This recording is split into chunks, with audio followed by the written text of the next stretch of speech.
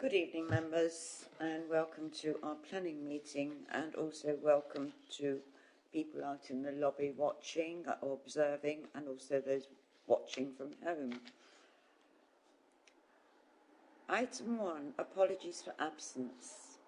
Members, I have apologies for absence from Councillor Johnson, but there has been a slight mix-up. He hadn't sent his apologies. He's in the lobby because Councillor Mrs Wilson is substituting for him, so if she doesn't turn up, Councillor Johnson will join the meeting. I have apologies also from Councillor Mann, and he does not have a substitute. And I have apologies from Councillor Mrs Parker, and her substitute is Councillor Andrew Hensman.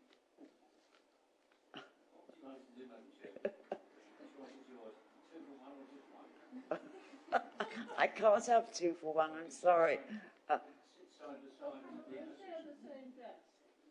No, I can't do that. I'm sorry about this. There has been a mix-up. I'm sorry. Councillor Johnson sent his apologies for last night, and unfortunately they were recorded for this evening. That's what's caused the muddle. We don't often slip up, but there has been a slip-up this evening.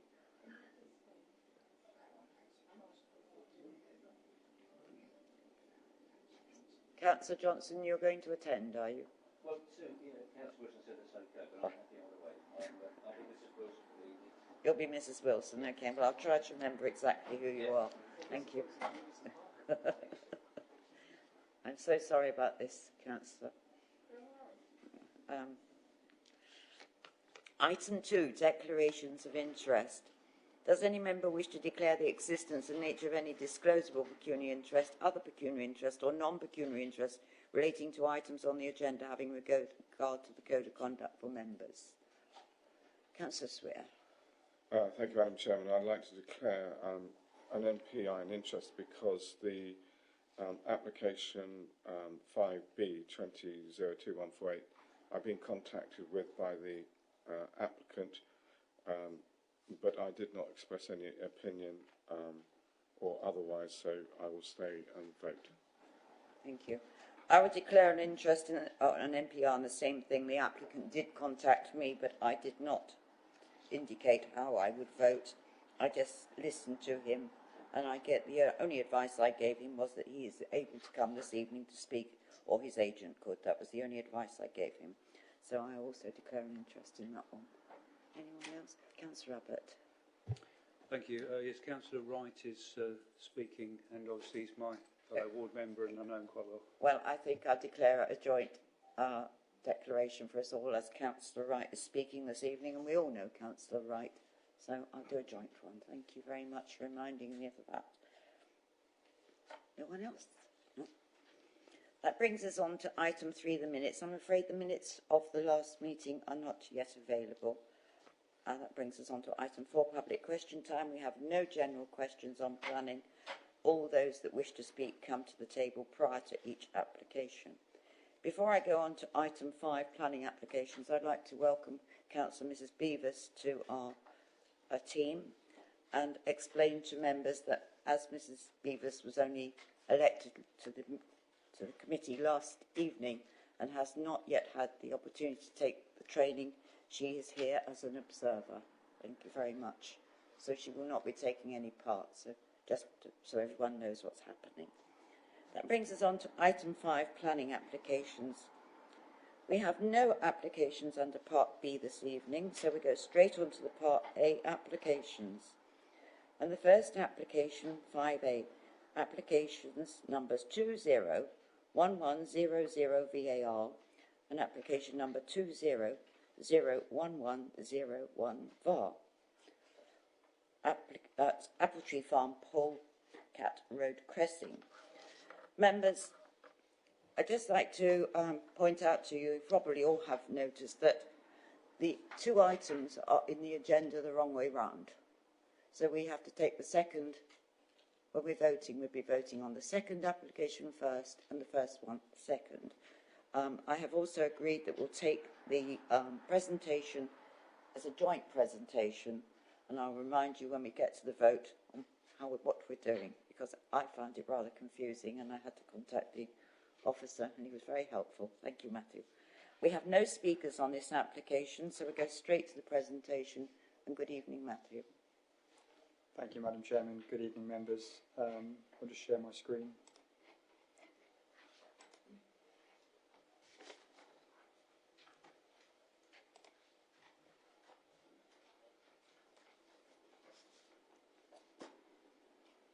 Okay, as the Chairman has very kindly pointed out, we've got two applications before you this evening. They're both intrinsically linked, so they are for the same site, but they are seeking to vary different conditions. So the 1101 bar is for some of the other conditions, 6C, 9, 11, 17, 18, and the inclusion of a new condition 19 attached to the original planning application approval, which is 1890 and then the other application, which is 1100 VAR, was to amend condition 2, which is the approved plan condition of the application 18920 full. So just to confirm that both applications have previously been approved at separate planning committees in October 2020. And since it's been to committee, it's transpired there's been a ransom strip included. So I'll come on to that. But I just want to just confirm that nothing else has changed on the plans. So the only change arises within the legal documents that would be attached to the application. So for tonight, you as members need to consider the implications of the ransom strip and whether that means the application is still acceptable, and also the two additional affordable housing conditions. So just to give you an idea of the ransom strip, I don't have a plan which shows it because it's very small in terms of its size, but basically it's between points A, B and C, which I've put on top of this location plan. So it's a 0.5 metre from the boundary, 0.5 metres wide strip of land. So it's a very narrow strip of land, but it does amount to about 250 metres along the eastern boundary and 250 along the eastern and 230 along the south. The committee report probably explains a bit than I can, but basically the issue is not with the existence of the ransom strip in its own right, because we can't protect against that. The issue is that the owners of the ransom strip are now proposed to be excluded from the deed of variation to the Section 106 agreement. So basically, because the two variation applications form new planning applications, the Section 106 from the original application needs to be transferred across. So that's what we call a deed of variation. So in terms of the actual management of the open space, that is done usually by a management company which is appointed through the Section 106 agreement. But what would basically happen here is that because the ransom strip would be effectively outside of the scope of the legal agreement, there's a risk that it might not be managed. And because it's outside of Section 106, we couldn't enforce that it's managed as a council. So officers believe it's only appropriate to bring it back in front of members to decide whether you would like to continue to support both applications in light of this ransom strip and its implications. Against that, we have to still remember that this scheme will bring significant benefits. So the risk needs to be weighed against the benefits. And as you'll see in the officer's report, officers consider the risks in this case wouldn't be significant enough to outweigh the benefits that would arise.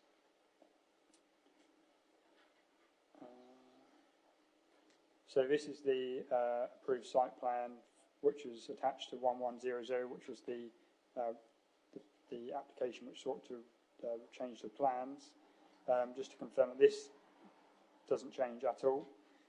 It is only on the legal title documents where there is a change. So this plan remains as approved by members previously at the committee.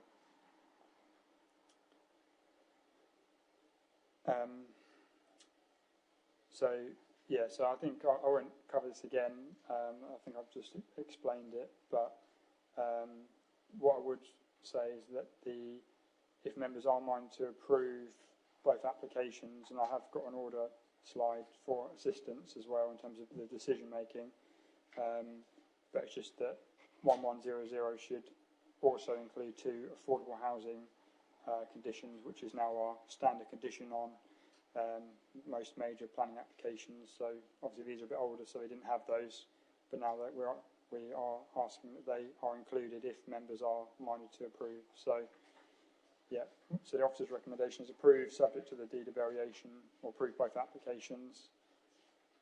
In terms of the order, so approve and issue 1101 VAR first, and then because that then forms a new permission, we'll need to update the description of the other application 1100 to basically include reference to the now then approved 1101 VAR instead of the original planning application, which was 18920 full, and then finally issued the decision with the additional conditions for 1100. So we'll take the vote on the 1101 first, and then the decision for 1100 is to approve subject to the updating the description, basically. Happy to answer any questions. Thank you, Madam Chair. Thank you very much, Matthew. Thank you, Councillor Abbott. Thank you, Madam Chairman. Well, this is in Silver End and Cressing Ward, which I represent along with Councillor Wright, and we've got a huge number of development sites. But this one does have extant consent and is being built out as we speak.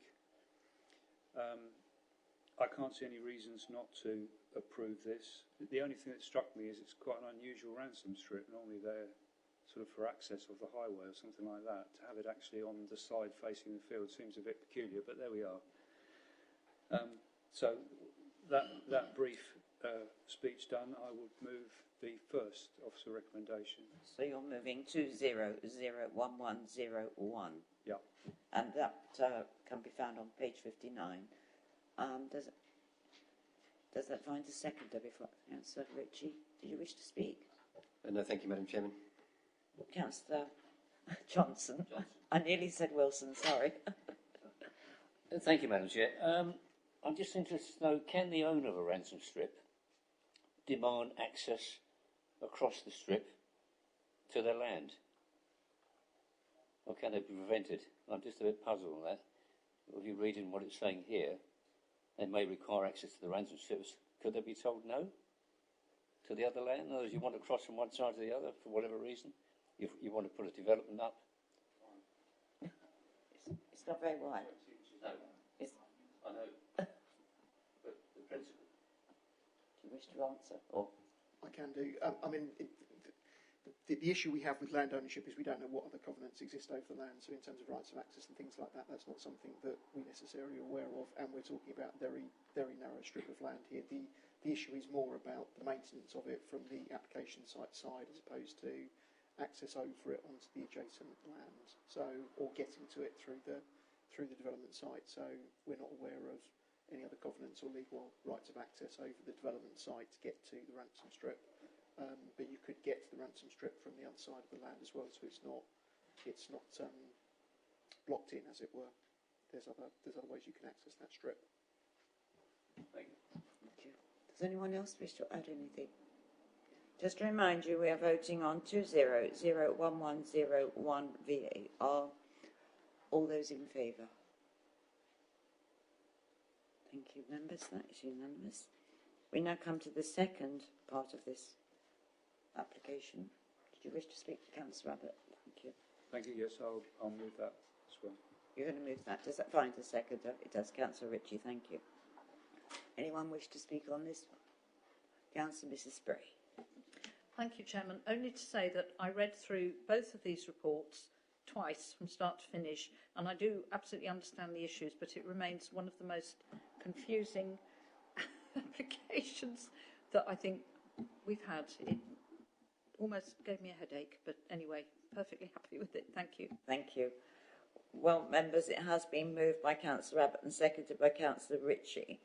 And what we are doing with this one, we're amending the description of the application 2001100 VAR to refer to recently approved application 2011101 VAR, and we are including the additional conditions relating to affordable housing design and construction. All those in favour? Thank you. That was also unanimous. Yes, like Councillor Mrs. Spray, I read it and reread it, and then I realised that they were the wrong way round. And once I'd established that, it began to make more sense. But I didn't establish it till I had a very kind message from Matthew. Thank you, Matthew. You've saved my headache. And now move on to the next application, which is 5B, and that is application number 20-02148 full, 70 Little Yeldon Road, Little Yeldon. This can be found on pages 81 to 100. And I do have two speakers on this application. And the first person that wishes to speak is Councillor Peter Gentry. He is Chairman for Little Yeldon, Tilbury, Juxtaclare and Ovington Parish Council. Councillor Gentry, if you'd like to come to the table and make your statement, and you do get 3 minutes. Thank you very much.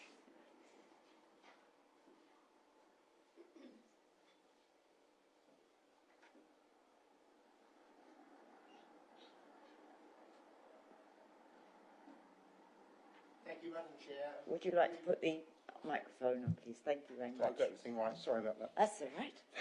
Thank you, Madam Chair, and good evening, councillors. May I say how pleased I am to be able to speak in person once again. Unlike previous statements I've made to this committee, this one is brief, which I'm sure you'll all be happy with.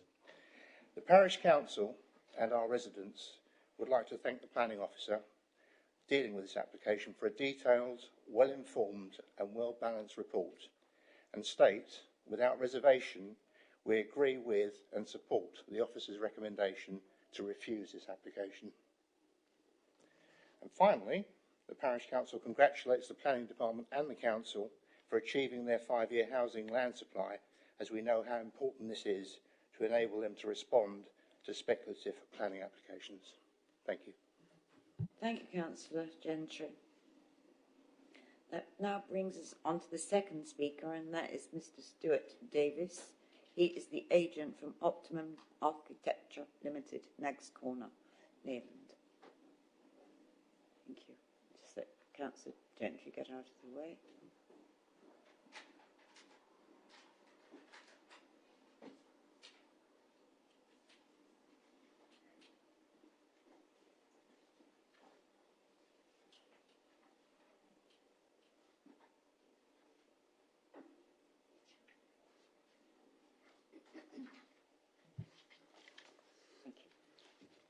Good evening.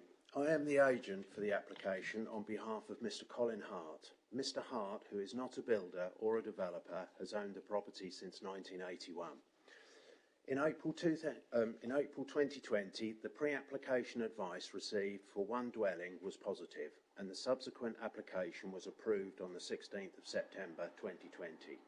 In October 2020, the head of planning contacted me to inform me that the approval was being taken to the High Court for judicial review because an objector and a neighbour had discovered that the planning officer had made an error and had not referred the application to this committee.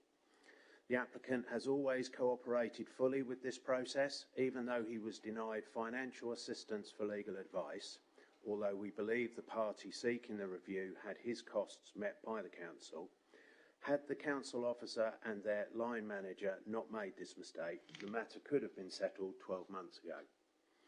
Mr. Hart did not complain or take legal advice, as he thought the council would act professionally and swiftly to sort out their mistake. It would seem he was wrong. The Council started with 6 months of inaction and have taken a further 6 months to get to this stage, and despite several requests, we only received a copy of the judicial review yesterday. The new officer assured me that she had full knowledge of the previous events of the application and that the likely recommendation would be for approval. Additional ecology information was requested and provided, adding delay and cost. This is the third committee meeting at which this application has been scheduled to appear at. On the 31st of March 2021, the Council have stated that the 5-year housing land supply is 5.34 years. Coincidentally, this is a similar time to when the application was allocated to a new officer. Because of the change in the 5-year housing land supply, and had this application been dealt with in a timely manner, the likely result would have been positive. If not, an appeal to the Secretary of State could have been lodged in good time. The application is for a single dwelling within a cluster of other dwellings. It is sensitively designed, in keeping with the surroundings, and will improve the existing site. The properties within this Land Settlement Association area have become gentrified over time, and other new dwellings and the enlargement of existing dwellings, the area no longer reflects the origins of the Land Settlement Association era. And therefore we believe the application becomes acceptable under the old policy RLP 16 and the new forthcoming policy LPP 41, dealing with new dwellings within hamlets. This application has experienced a catalogue of errors and delays, and the application feels extremely unfairly treated by Braintree Council. Overall, we believe a decision to approve this dwelling would be the right decision and will make a positive contribution to the area. Hopefully you do too. Thank you. Thank you very much indeed, Mr. Davis. Well, that brings us to the end of people wishing to make a statement. We'll now go to the presentation, which is going to be made by Lisa. Good evening, and thank you, Lisa. Thank you, Madam Chairman.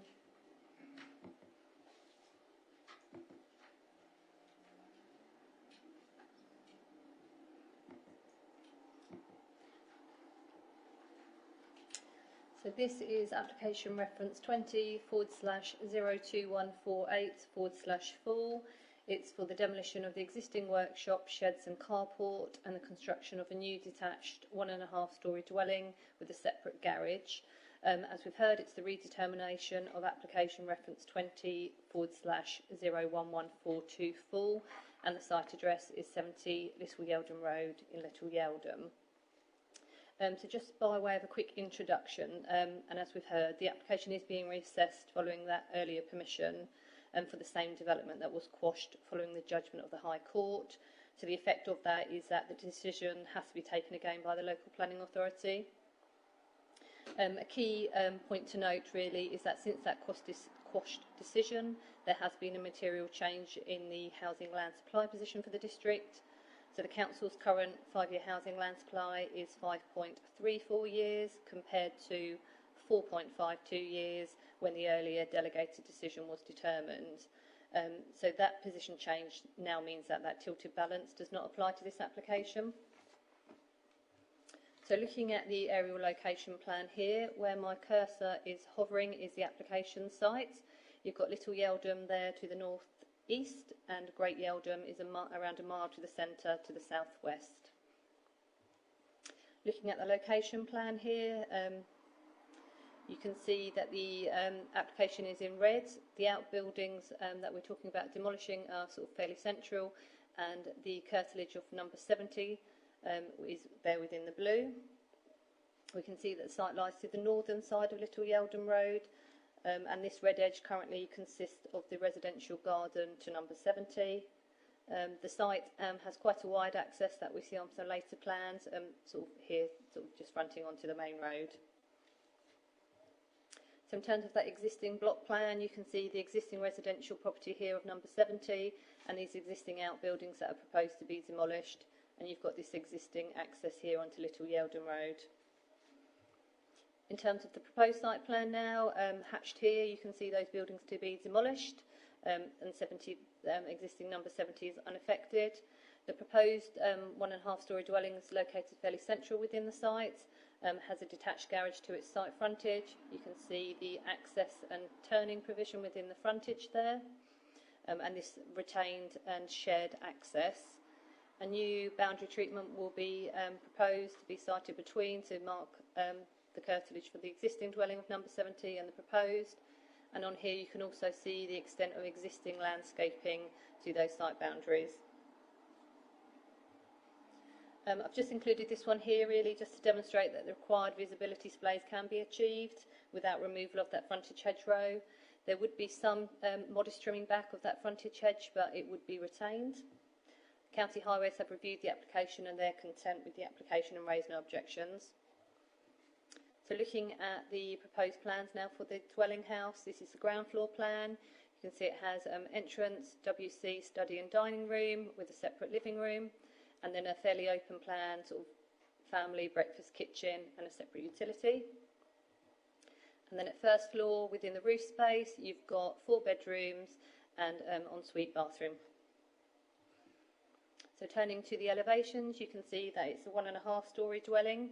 The main ridge is just slightly lower than the height of number 70. It's constructed predominantly within render, though there is some boarding there on the rear elevation. The first floor is accommodated within the roof space and is provided with this dormer accommodation.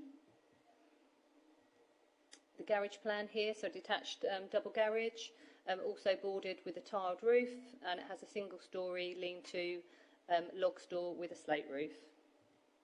And again, just looking at the floor plan here of the garage, a double garage with space for a workshop and that lean-to log store.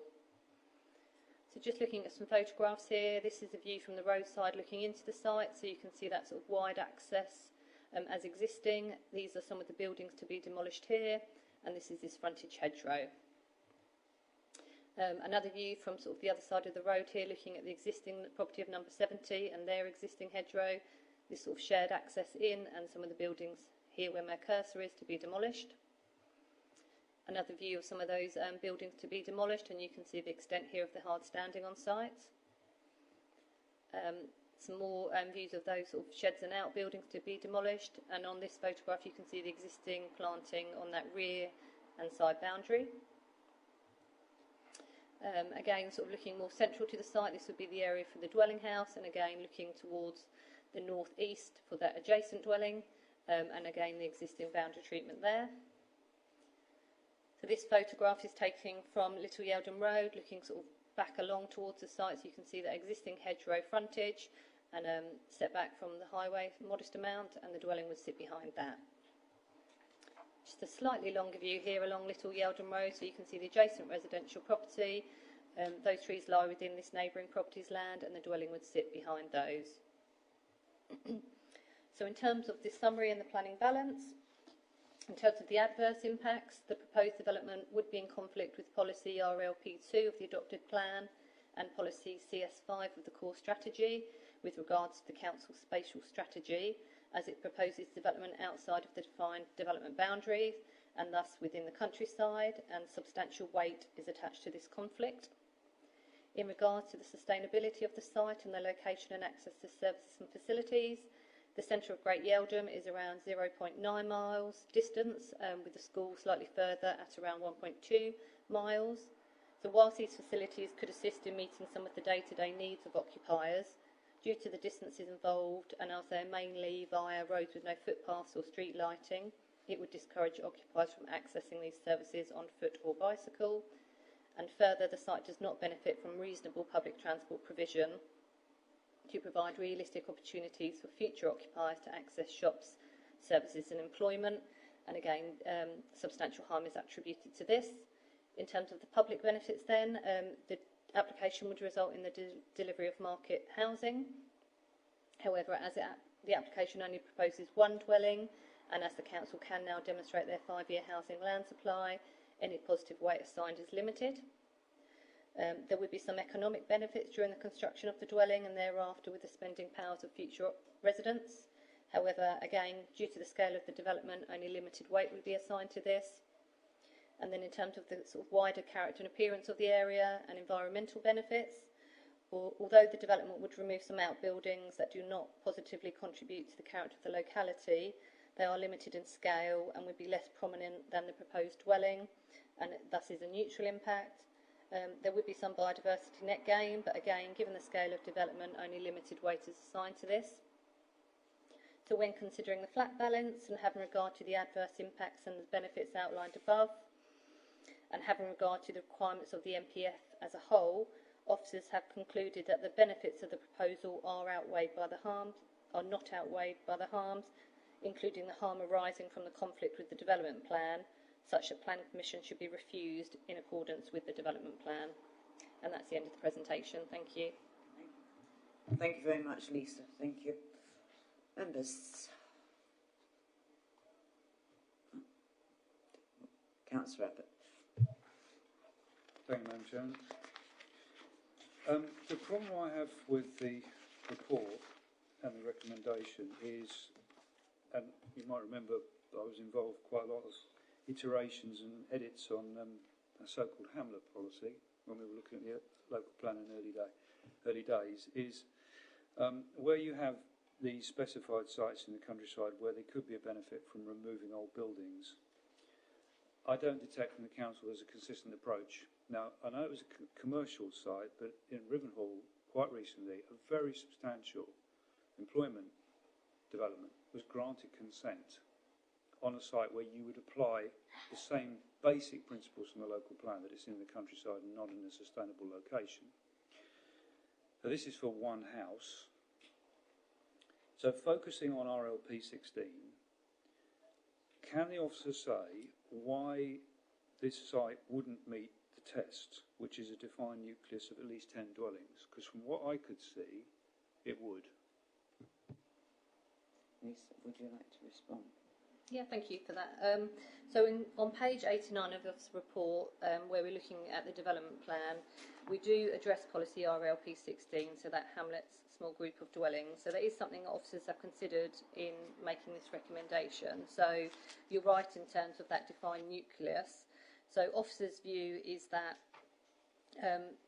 this lies more within a stretch of ribbon development between the Little Yeldham and Great Yeldham. We don't think that this is a defined nucleus, nor is it a hamlet. So that for that reason, we don't feel that that policy is applicable in this situation. Thank you, Lisa. Mr. Goodback? I'll wait to hear what others say, because I'm not entirely. I hear what the officer says, and thank you, but I'm not entirely convinced. Okay, thank you. Councillor Spear. Thank you, Madam Chairman. Madam Chairman, I'm having a bit of a difficulty with this planning application, because I feel that through no fault of the applicant, that this application is being judged under totally different circumstances than it should have been looked at over a year ago, in which case the housing supply would have brought into effect the tilted balance, because it's 4.25 years. My understanding from the speaker earlier tonight was that the applicant has been very positive in his attitude towards the decision that was made. I believe it was incorrectly made by Gentry District Council, and is now having to make a separate application for the same house on the same plot, but a year later, where circumstances have changed. So I'm concerned about that. I appreciate every application has got to be on its merit, but considering Gentry District Council, I believe, as I said, made the error which forced the applicant to make another application a year later where circumstances are different. Also, I'd like to pick up Councillor Abbott's point about this being a housing. I know this area pretty well, and I think it's quite evident from the mapping that everybody can see there that actually over time this is not unique. It's these other houses in the LSA the gardens have been split with dwellings, and I think it's important to note that there are no objections from highways with regards to siting, and I think it is within sort of walkable distance of Great Yeldham and indeed Little Yeldham. And with regards to sort of public transport, well, I know public transport goes from Great Yeldham through to Little Yeldham, even though it's demand responsive. There is a local primary school within reasonable walking distance. There are facilities for everyday shopping. There is a village hall at Great Yeldham and indeed Little Yeldham.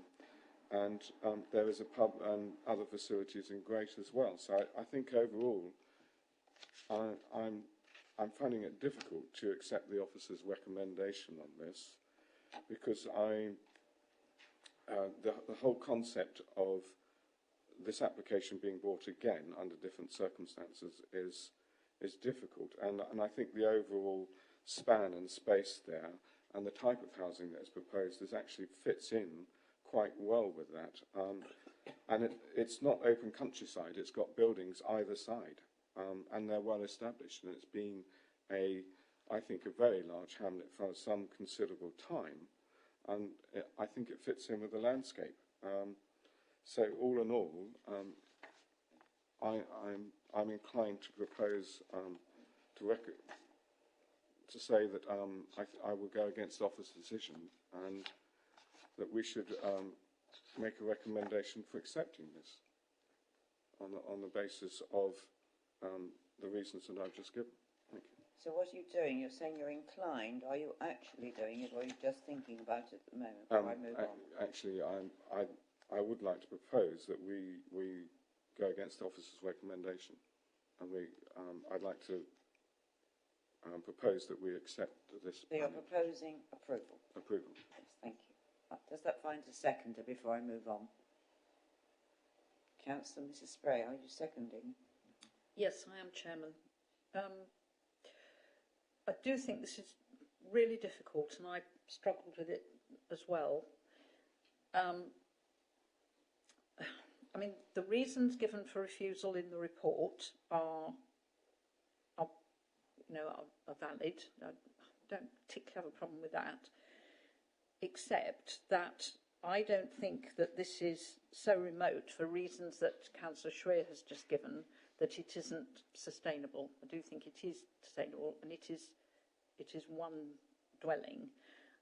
I do feel for the applicant, and that's not why I'm seconding this, because you have to do these things on planning grounds, but I do feel for him, because it was not his fault that it was approved previously. He's had to wait quite a considerable time for it to come to this evening, and in the meantime, yes, our 5-year land supply has changed to our advantage.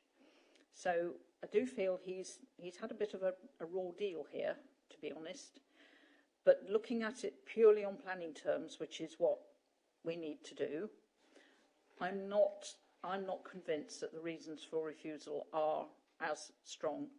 I think we've had much stronger reasons, genuine reasons for refusal with other applications we've had before us. And I personally, for me, I don't see that there is such harm in allowing this. So I will second Councillor Schreer's moving approval. Thank you. Thank you, Councillor Mrs. Spray. Does anyone else wish to speak? Councillor Wrench. Thank you, Madam Chairman. Yeah, I also agree with the points that have been raised by all members that have spoken before us this evening. Mr. Stuart Davis did make the point that it was an error by BDC. I just want to give officers, or ask the question of officers, if they'd like to elaborate or come back on that, or they felt that that was a fair point that has been made, because I don't want to make a decision at this stage without hearing both sides of that story, if that's okay. Thank you. Thank you, Councillor Wrench. Do you wish to elaborate? So I'm happy to come back on that, Madam Chairman. So, I mean, it isn't a matter of dispute. It's a matter of fact that the decision was made in error. We had a challenge that went to the High Court. We decided not to contest that challenge on the basis that the decision was made under delegated authority incorrectly when it should have come before the Planning Committee. So there was an error. It was an error on behalf of the local planning authority, and therefore we consented to the judgment for the decision to be quashed. So it's a matter of fact, it's a matter of public record to that effect. So hopefully that clarifies it, Madam Chairman. Thank you, Chris. Anyone else wish to? Councillor Hensman. Thank you, Madam Chairman. It's just another learning curve for the newbie, in that where we have non-determination and it goes to the inspector, it then comes back to committee to find out what we would have said had it have been determined in time. It's almost like where the rules or the numbers have changed since the previous application, then surely it would be tried under the old rules and tested. I know it can't. It's purely a comment from my outside observance, if you see what I mean.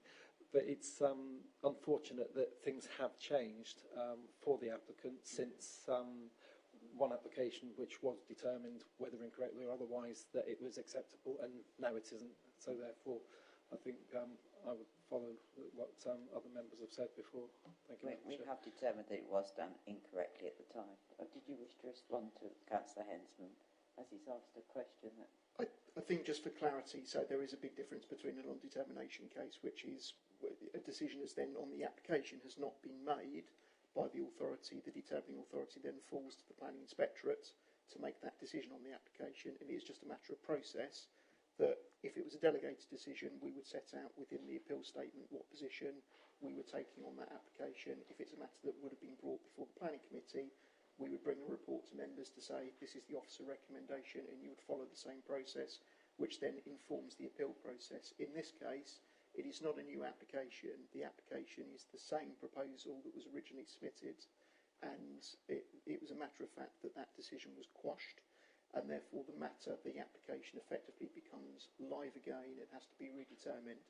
It is unusual in the context, but you have similar circumstances arising where there is a change of circumstances in planning, and that could arise where you've got a historic decision that may have been granted or refused, and then 3 or 4 years down the line you have a new application that comes in. There's no extant permission that exists on the site anymore, and therefore you still have to determine it against the context that exists at the time of the application is being determined. So notwithstanding the change in circumstances, members just need to be very clear this evening in making a decision that they're making a decision based on the current planning circumstances that exist at the time, the current planning and framework and material considerations, including the housing land supply, which has changed, but the decision is being made this evening on the application, so just need to be clear on that point. Okay. Thank you, Chris. Thank you, Mention. Does anyone wish to add anything? Yeah. Yes. Sorry, I can hardly see. I need a light. So the motion on the table at the moment is for refusal. So no, the motion on the table is for approval. Yes. Okay. The officer's recommendation is refusal, but Councillor Swear has moved approval, seconded by Councillor Mrs. Okay. I reserve what I was going to say then. Thank you, Madam Chairman. Thank you. No one else wants to speak on this one. I'm going to put that motion to the vote first. It has been moved by Councillor Swear and seconded by Councillor Mrs. Spray that we refuse this application. Actually, we approve it. Councillor Swear, we need reasons to, at this stage, do it. So, Madam Chairman, in terms of conditions, there'd be a suite of conditions that would be likely to be necessary in this case. So obviously a time limit for the planning permission in accordance with the plans, and then I'm in members' hands in terms of what else members would request, samples of materials potentially, landscaping scheme. Lisa may also have some other points that have been raised through the consultation process as well that we would need to think about. So whether or not there's any highway requirements and so forth, but would be in members' hands in terms of exactly what would need to be specified on the decision. Right, Councillor Shreve. Thank you, Madam Chair. Thank you, Chris, for that guidance. I think the points you raised are very important. I think a sample of materials will be very good so that it actually fits in with the locality of the established buildings around. Also that the height of the roof is not excessive in accordance with the other houses in the locality as well. And also with regards to sustainability, whether it could have photovoltaics and be as energy efficient as possible, with asking a very high energy performance certificate of I would like to see obviously net zero, but as high as I think we could currently do under building regs, in order to make the whole not only the house sustainable, but actually its future as well. And with regards to landscaping, I think as much should be retained as possible. But I do note that Essex County Council have got no objection to sightlines, so I presume highways is already established and wouldn't be too much of a problem.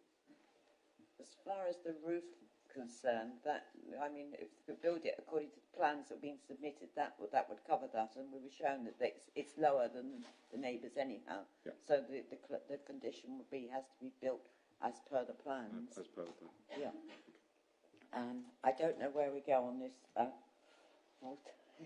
of car charging points and everything else that Councillor Swear usually wants. I mean, we can't enforce those at the moment, can we? So my advice to members, obviously it's members' decision in terms of the conditions. My advice would be the same on those fronts in terms of the policy basis at the moment. It isn't strong enough to require that by condition. We could put an informative, but again, it's members' decision. So that's just officer advice. You've covered, Madam Chairman, the point about the height of the roof that I was going to mention as well. Just a further one, just noting from the committee report, and then I might just pass over to Lisa to make sure there's no others. There was reference within the consultation section to requirement for an ecology condition as well. So I would recommend that would also be included. Obviously, the detailed wording could be agreed post-committee, but I would certainly suggest that there is an ecology condition, and perhaps if I can just pass over to Lisa to see if there's any further ones from consultees that we would need to pick up.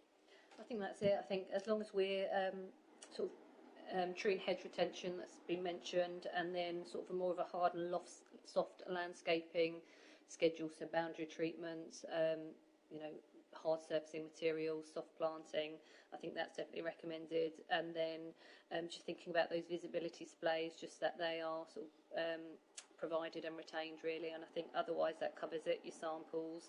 I think that covers most of those. Thank you. Thank you. Councillor Ritchie. I think it could be additional to remove permitted development rights as well, just to safeguard the area. Yeah. So is that in regards to extensions or roof extensions, outbuildings? I think it should cover extensions and outbuildings, bearing in mind it's replacing outbuildings. Councillor Abbott. Thank you, Madam Chairman. Coming back to my first point really about the removal of the outbuildings that are there now, do we have, if we grant this, do we have full control over the fact they will be removed, presumably via the plans, and also would the ecology condition require any surveying of those buildings in case there's bats? Good point. If I can just interrupt, I think they've already done preliminary ecological appraisal for that and looked at the condition of the building, that it wouldn't be suitable for that. So, and then in terms of would they come down, the siting of the building sort of semi-overlaps that, so I think it would be very difficult to retain some of them anyway. I think we could cover that with our condition if we wanted, but I think in reality they couldn't be retained on site if the dwelling was built. Okay. Well, so far, members, we've got a sample of bricks, etc., landscaping, ecology, boundary treatment, hard surfaces, because we do need to consider those. They need to be porous, don't they? And remove permitted development rights. Is there anything I've forgotten? Sorry, if I could just, maybe visibility displays, I think that's something whether we just make sure they are provided on site and retained. Visibility? Yeah, at the access. Councillor Swear, are you happy with all of this? I know you still want your... Yes, I am.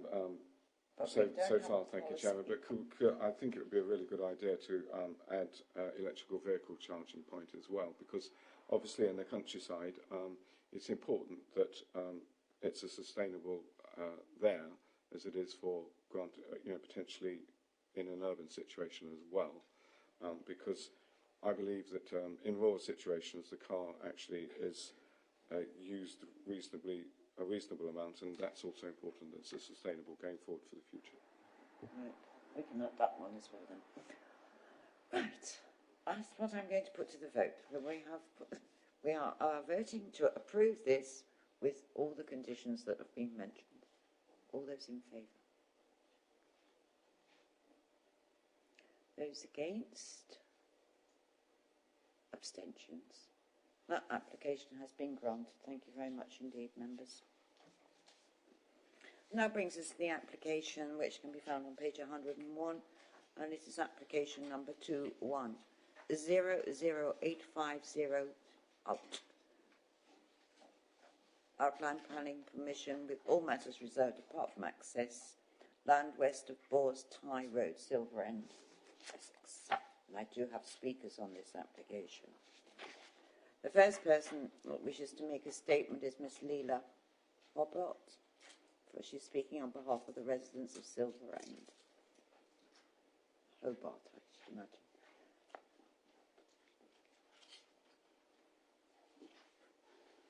And I just remind you, have 3 minutes. Thank you. Good evening, Madam Chairman and councillors. I'm speaking on behalf of the residents of Silver End in regards to this proposed development. Silver End's community strongly objects to this proposal, and we ask all councillors to strongly object also, especially on the following points. The current proposal sits outside of the village envelope, which, if granted, will form an urban sprawl.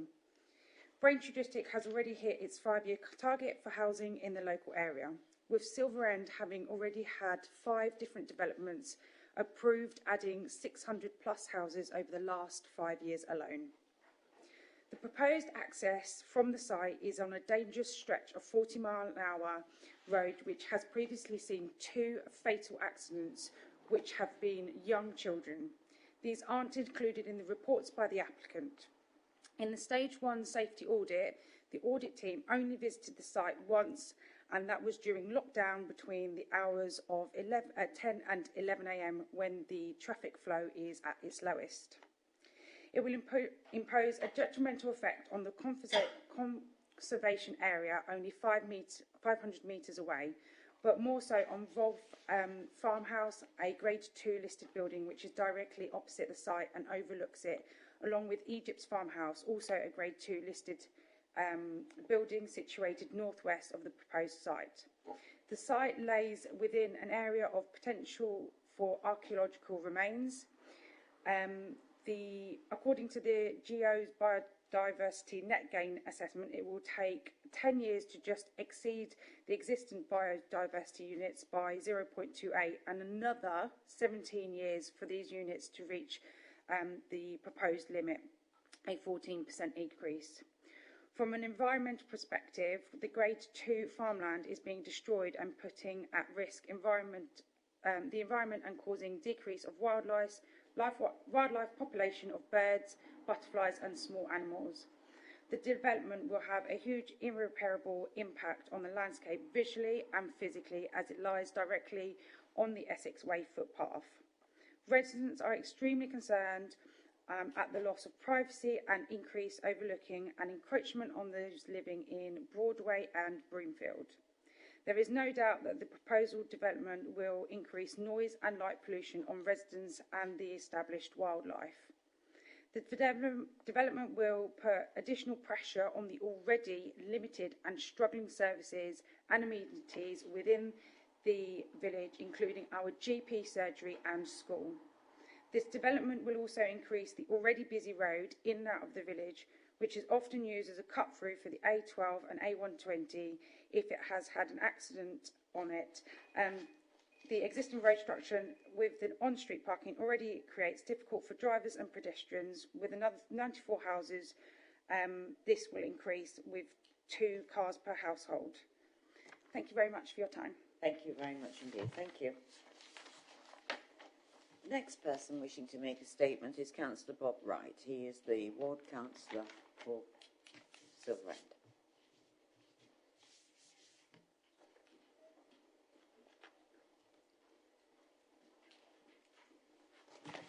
Good evening. Thank you, Madam Chairman, for allowing me to speak. I will cut my words down to quite considerably, as Leah has just gone through most of my points. I'd like to fully support the officer's recommendation to reject this site in Silver End, as it has already been overdeveloped. The infrastructure cannot cope. The schools and doctors' surgeries are oversubscribed. Although there are monies available to extend the doctors, these are not being used, and there are no plans to extend the surgery. As the council has robustly demonstrated a 5-year housing supply of houses, these houses are not needed. This site is not in the local plan. Again, I hope the committee will support the officers and vote this for refusal. Thank you. Thank you, Councillor. Thank you very much indeed for coming.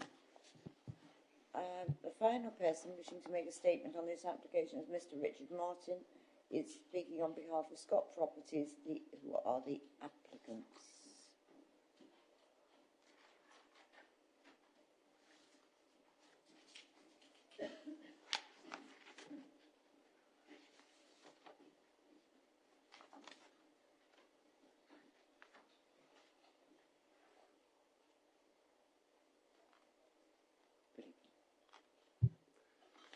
Good evening, Madam Chair, members. I'm Richard Martin and I'm a Director at Scott Properties. We note the officer's report and recommendation, but have concerns with the approach taken to the planning balance. Firstly, significant weight is given to the site being outside the settlement boundary, despite recent appeal decisions concluding that limited weight can be given to this. The brief response from Place Services concludes the development would result in considerable, less than substantial heritage harm, which is afforded substantial weight. This is in contrast to the Heritage Impact Assessment, which concludes the impact is at the low level of less than substantial harm. This is consistent with the conclusions for the Manor Grove development opposite the site and adjacent to Rolfs Farmhouse. Moderate weight is afforded to an increased reliance on travel by car on the basis that Bors Tie Road needs to be crossed to access southbound bus services. The adjacent Francis Gate and Manor Grove developments also require the road to be crossed to access southbound and northbound services respectively, which was considered suitable. The loss of vegetation required to form the access is afforded moderate weight, although no formal objection was raised on landscape grounds. The fact that proposals would lead to a significant increase in hedgerow overall is not considered. In the same way it appears that the adverse impacts are overstated, we consider the public benefits to be understated. Specifically, the provision of market and affordable housing is afforded significant weight, contrary to the very significant weight applied in recent cases in the district. The proposed affordable and accessible housing for older people is not mentioned, despite tenure size and mix being requested and supported by the housing officer. The economic and social benefits are afforded no more than moderate weight on the basis that any development of this scale would result in similar benefits, and we question the rationality of this conclusion. The proposed allotments, play area, public open space and woodland planting are not considered in the planning balance. Neither are the environmental benefits from the biodiversity net gain in excess of 14%. The developer contributions are agreed in principle. Whilst these are afforded limited weight, we would highlight that this development can facilitate the expansion of Silver End Surgery, not only through a contribution to the provision of additional floor space, but also by directly funding the upfront design work required. It is within the gift of this committee to scrutinise this balancing exercise, and it is our belief that a more objective assessment would affect the conclusion. We assert that this application represents a positive development in a sustainable location that would provide significant benefits for both the local area and district as a whole. Thank you. Thank you, Mr. Martin. Thank you very much. And as that brings us to the end of people wishing to make a statement on this application, we'll now go to the presentation, which is going to be made by Mel. Good evening, Melanie. Good evening, members. Just share my screen.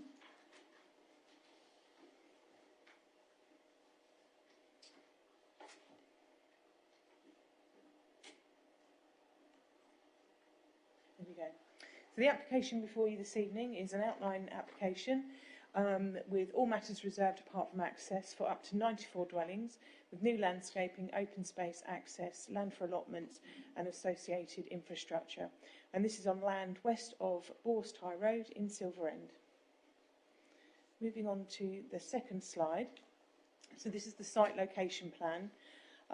So I'm sure most of you are aware of where the site is, where Silver End is. So this Bors Tie Road runs at a diagonal angle to the front of the site, down into Silver End, and then around the bottom of the site you've got existing development within Silver End, and particularly along this part here you've got the roads of Broadway and Broomfield. And then on the opposite side roughly where the proposed access is to be is Rolf's Farmhouse, which has been mentioned in the public speaking time, which is the Grade 2 listed property. Unfortunately, just off of the top here, roughly about here where you can't see, is Egypt Farmhouse, which again was mentioned in public speaking time, and that is also another Grade 2 listed property. Moving on, this is an indicative site layout plan that was submitted as part of the application, but layout is not a matter that members are considering this evening. So this is just to demonstrate that the number of properties proposed can be fitted onto the site. In a bit more detail, this shows you the proposed access onto Bors Tie Road. And then you can see that there is the details are not very clear, but there is a footpath that is proposed along the frontage of the site. But as I say, doesn't run within the officer report. It doesn't run down into the village, and there would be it would need pedestrians to cross the road to connect up with an existing footpath pavement on the other side of the road. The next next few slides show photographs of the site when viewed from the Essex Way, which is the public footpath which runs to the northwest of the application site. So there's various photographs that I've taken along the footpath. So this is a zoomed in photograph. The one before is without the zoom, but you can make out at this line here the properties within Silver End. This is a zoomed in photograph, so again you can see in a bit more detail. The application site is where the rapeseed is growing in that photograph. So again, some more photographs. This photograph here is looking towards Bors Tie Road itself. You can just make out the edge of Silver End here, and where this rather thicker tree line is where Bors Tie Road is.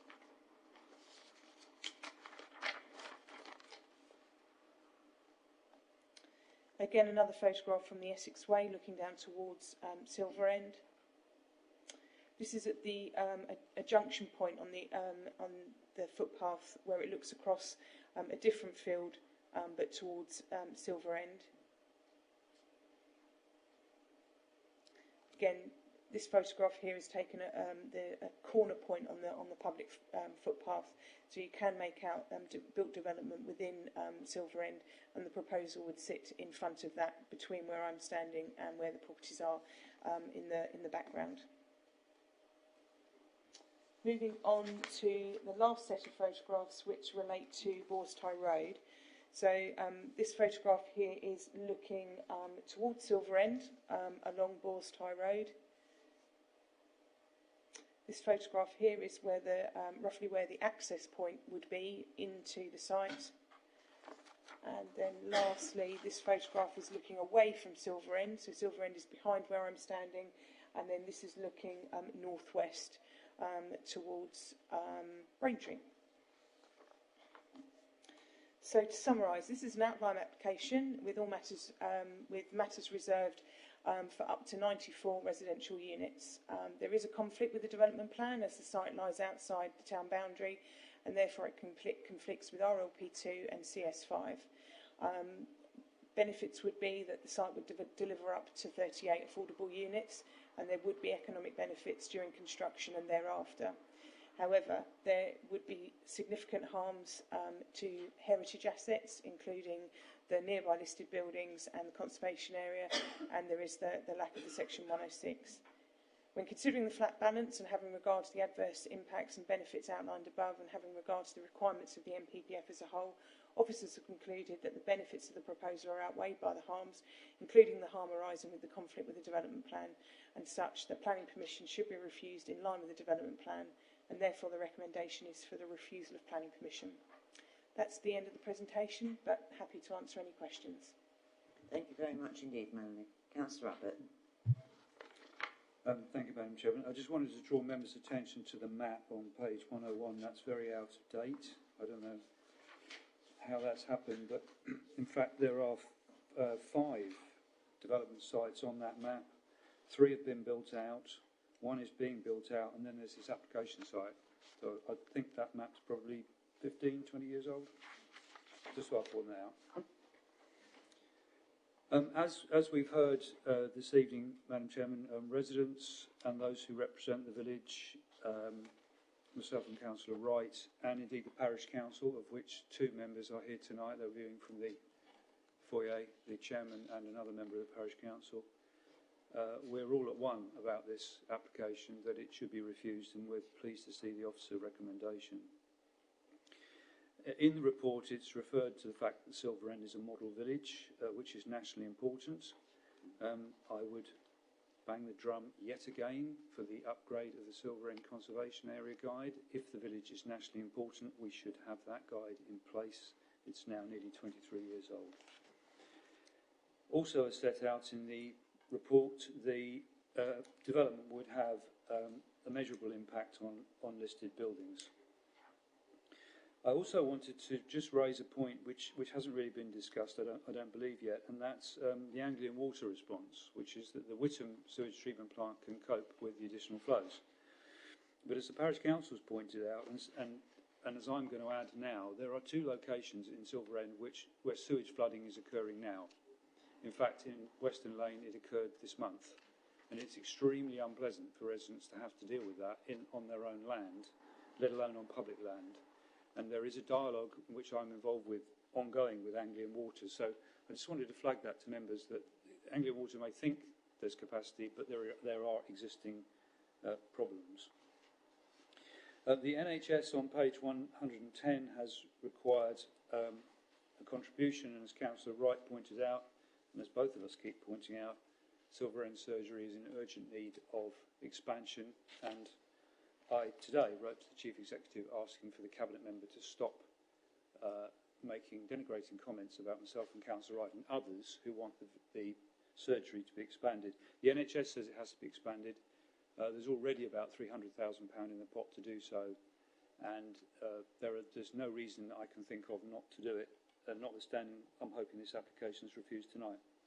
The report also refers to the fact there are no early years vacancies in the area. That both of the local primary schools will be full by the year 24-25. And of course that's because not only have we got a lot of development going on in Silver End, but as I alluded to earlier, we've got a lot of development going on in nearby Cressing. And in fact, this development would narrow the gap between Cressing Village and Silver End Village, and it's not come to committee yet, but there's an even bigger application than this one, on the Silver End side of Cressing Village, if you see what I mean. So there's more to come in terms of applications in this area. Also, there'll be a requirement for a library contribution as detailed. Silver End Parish Council, as I say, has put in a very detailed objection, which raises many good points on page 113. And I particularly wanted to highlight 5 of the bullet points. The Silver End is becoming an urban suburb of Braintree and has had far more than its fair share of new development. Without this site, the village, including the allocated site of the old Crittall factory site, is looking at 600 houses. And I'm trying to calculate this afternoon, based on a typical average number of people per house, that's going to put the population of Silver End closer to 5,000 people by the time all of those developments have been built out. Without this application, that's a very significant increase over the population as it has been in recent years. They also refer to the fact that the absence of a valid local plan has allowed many of these sites to be built. The doctor's surgery, as I've already mentioned, local roads which are becoming increasingly busy, and that the character of the original village is being changed. So if this was allowed, this would be a further expansion of the village, and the Model Garden Village conservation area, which is actually the core of the village, becomes further enclosed by urban development. Cressing Parish Council have also objected strongly, and there have been 78 representations. And they and the resident who spoke tonight mentioned Borstie Road. Borstie Road has unfortunately seen multiple fatal accidents and continues to see crashes. And it is a complete mystery to me why Essex County Council have refused all our requests to move the speed limit further out. So where this application is a 40-mile-an-hour speed limit.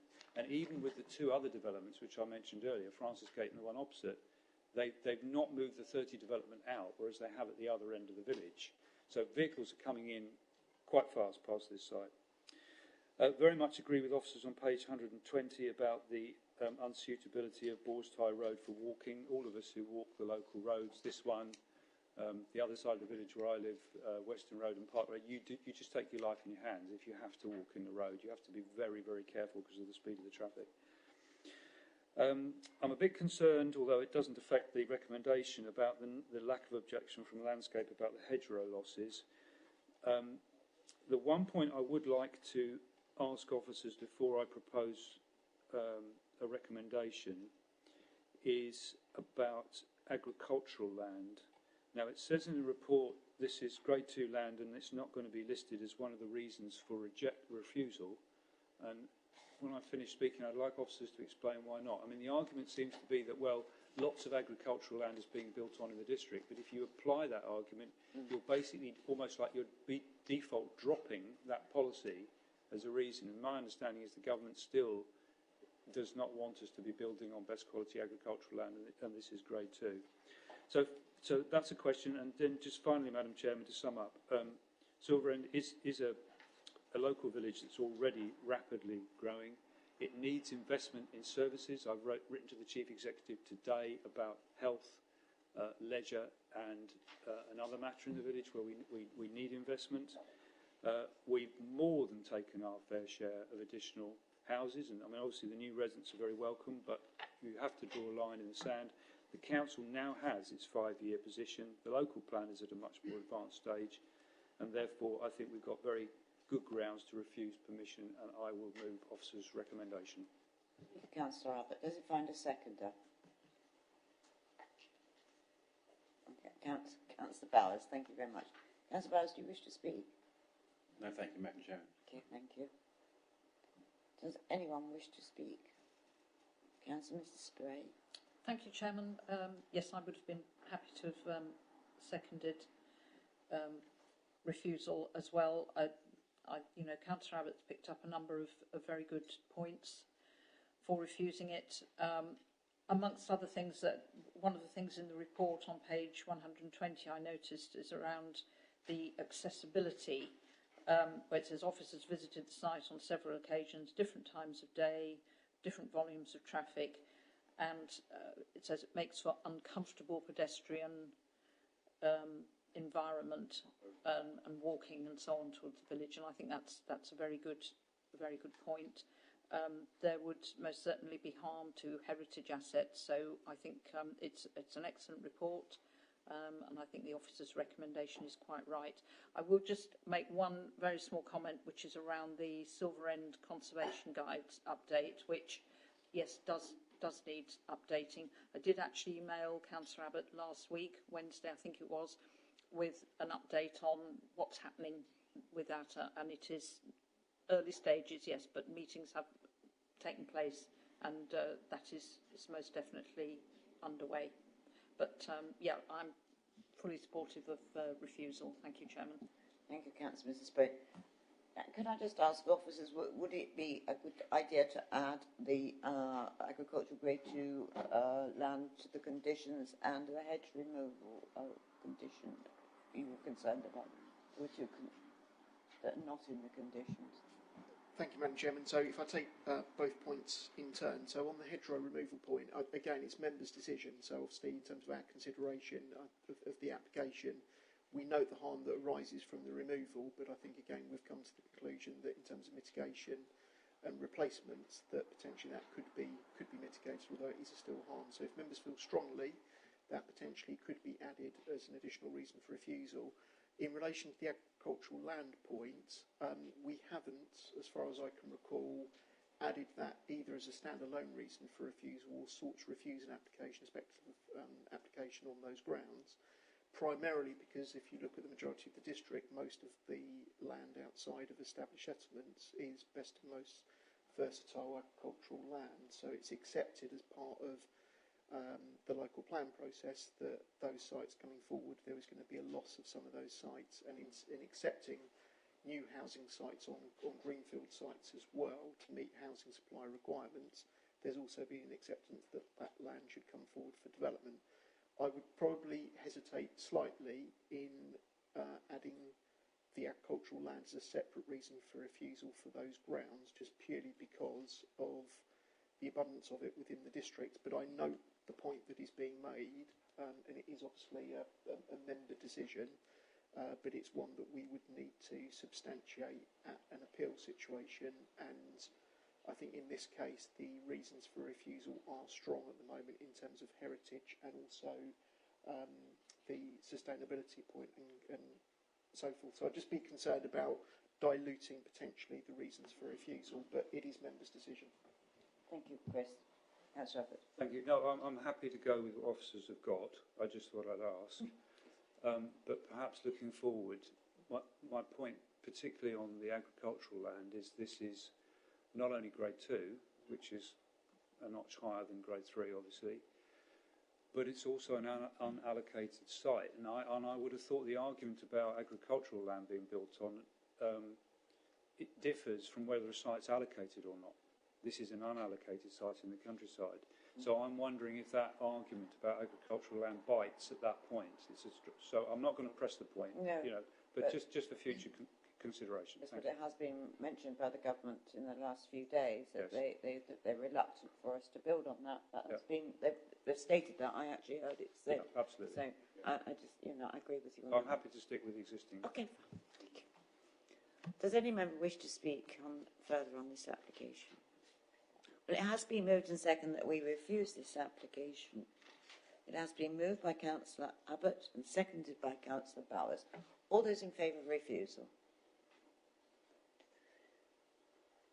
That is unanimous. Thank you, members. Thank you. That brings us to the final application this evening, which is application 21-01896 Land at Elizabeth Lockhart Way, Braintree. Can be found on pages 142 to 168, and I do have 2 speakers on this application. The first person wishing to speak is Mr. Ray Jeffrey, he is an objector. Mr. Jeffrey, please.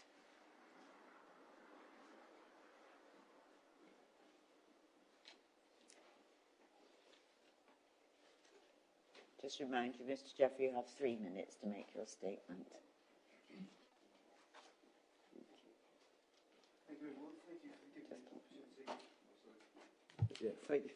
Thank you for giving me this opportunity to speak. I'll start with the planning proposal which is being presented tonight has already been given the recommendation of approval, but I do not agree with this recommendation, as not all the objections to this planning proposal have been considered and mitigated. The proposal does not consider the overall impact of wildlife. This proposal does not take into account the 1,000 houses that have already been agreed as part of the local plan, which is going to be built on all the surrounding land, which is called Straits Mill. The building on this land, Elizabeth Lockhart Way, will remove all the green space west of Broad Road and have a devastating effect on the local wildlife.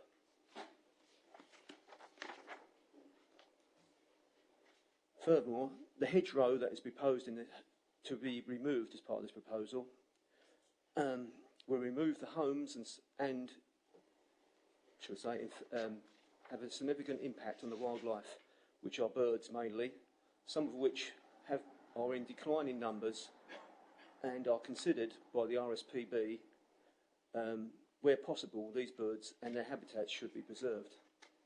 There's no consideration put in that for them at all. Also, the council have a legal obligation, where possible, to help preserve green space. And as 1,000 houses are proposed to be built on the surrounding land, this small green space will be more important than ever.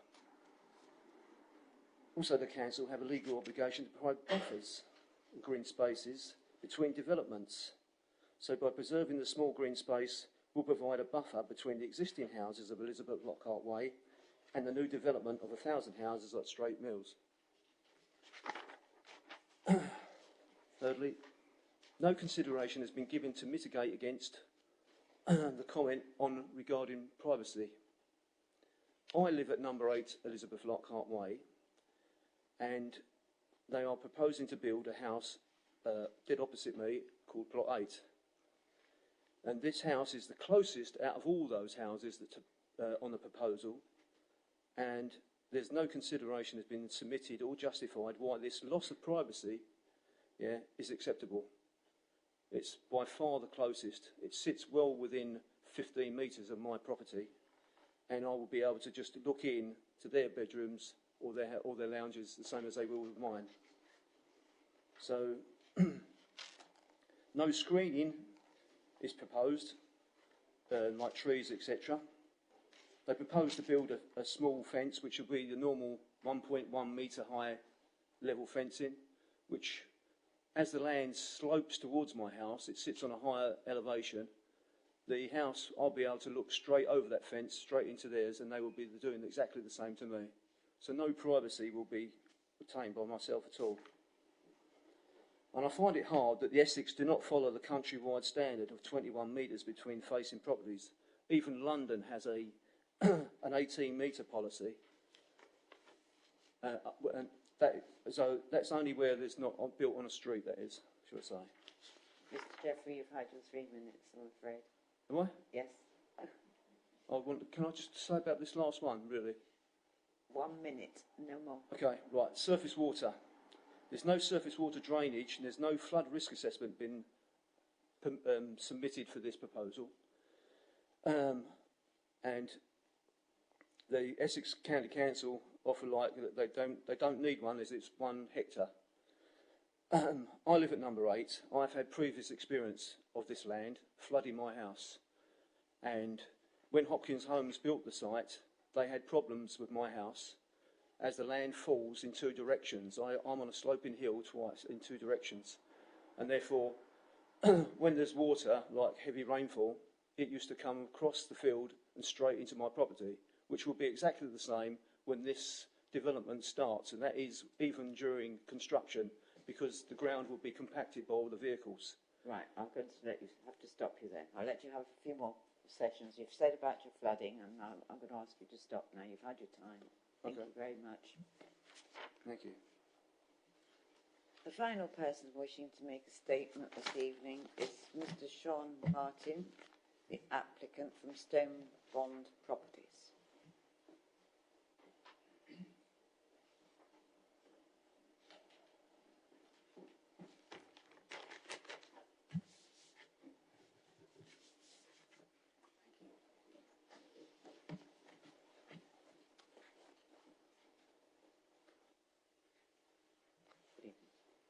Thank you, Chair, and good evening, members. My name is Sean Martin. I'm the Planning Manager at Stone Bond Properties. Stone Bond is a family-run business that have been developing homes since 1975, and we are proud to design schemes that go beyond the standard level of quality that you may see on other housing schemes. We treat each site differently and do not believe in a one-size-fits-all approach. Prior to this committee, we sent you all a briefing note of our proposals, which I hope you have found useful in demonstrating the key elements and benefits this scheme will deliver. These include low-density scheme offering 2, 3 and 4 bedroom homes, the inclusion of 5 new bungalows, the widening and the opening up of the existing public right-of-way to provide an improved link to the Straits Mill development, the creation of 36 construction local jobs, high-performance homes using the fabric-first approach, maximising thermal performance of each dwelling, ecological enhancements including 6 bird and 5 bat boxes, new native hedgerows and 12 new trees including enhanced planting throughout. The site is identified as a residential allocation in the new local plan, and as mentioned, the site adjacent the Straits Mill development of 1,000 new homes, which was granted planning permission in March. We have worked closely with your officers before the application was submitted and after to design a scheme that respects the character and appearance of the area, that takes into account existing constraints, the local residential amenity, and to ensure the scheme is fully policy compliant. We, of course, are very mindful of the concerns expressed by local residents and Councillor Mann regarding the existing parking situation at Elizabeth Lockhart Way. However, we cannot address those existing issues as part of our proposals. As your officer has confirmed, Our scheme is designed to fully accord with the adopted parking standards. And as well, for service vehicles, we have provided enough space for them to turn and access this development. As a result, there are no objections from Essex County Council. We have agreed with the officers that a condition can be imposed on the planning consent to ensure that a construction traffic management plan is approved prior to starting on site, which is dealt with at page 156 of the report. No development will start without consultation with the council and the local residents being involved to minimise the impact during construction. Your officers have recommended approval of this application, and the statutory consultees have not raised any objections. I trust that the committee will be able to agree the officers' recommendation and vote to approve this application. Thank you for your time. Thank you, Mr. Martin. Thank you very much indeed. Well, members, that brings us to the end of questions or statements, and we'll now go to the presentation, which is going to once again be made by Melanie. Thank you, Melanie.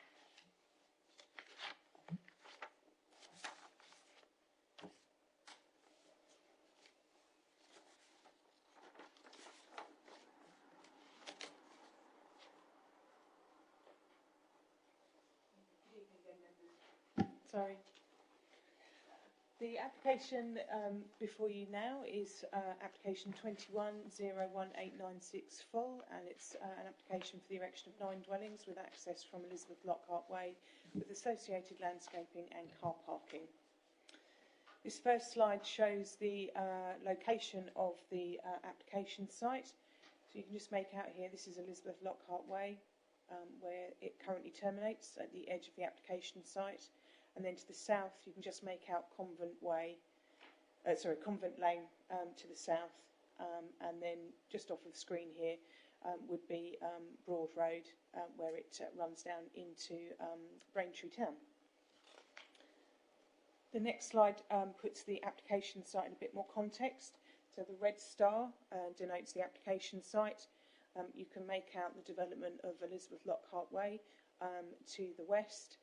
Convent Way, I should call it Convent Way, I'll rename the road. It's Convent Lane, runs to the south of the site, and then the larger grey line down here denotes Broad Road, as that runs then past Elizabeth Lockhart Way and then down into the town of Braintree and then into Bradford Street. As has been mentioned, the land here, which you'll all be aware of, is known as Straits Mill, and the large development granted planning permission earlier this year. Moving on to the next slide, which shows you the proposed site plan. So there are 9 dwellings on here, a mixture of 2-storey houses and bungalows. I have got some elevations and floor plans and also some street scene pictures later in the presentation. But to give you a rough idea, the 4 dwellings along the top here are 2-storey and the 3 along here are bungalows. And you can make out that then the main vehicular access point to the site is off of Elizabeth Lockhart Way. There is also then a pedestrian access off of Convent Lane, which then runs in parallel with an existing public right-of-way which runs this side of that green hedgerow line. So the next few slides show you the details of the proposed dwellings. So plot 1 is a 2-storey property with 3 bedrooms. Plot 2, again, a 2-storey property with 3 bedrooms, slightly wider than plot 2. Plot 3 has got a slightly different design, where we've got a gable on the side, again 3 bedrooms over 2 floors. Plot 4 is a wider property, but not so deep, so a wide plan, not very deep property with 4 bedrooms over 2 floors. These are plots 5 and 8, which are both bungalows with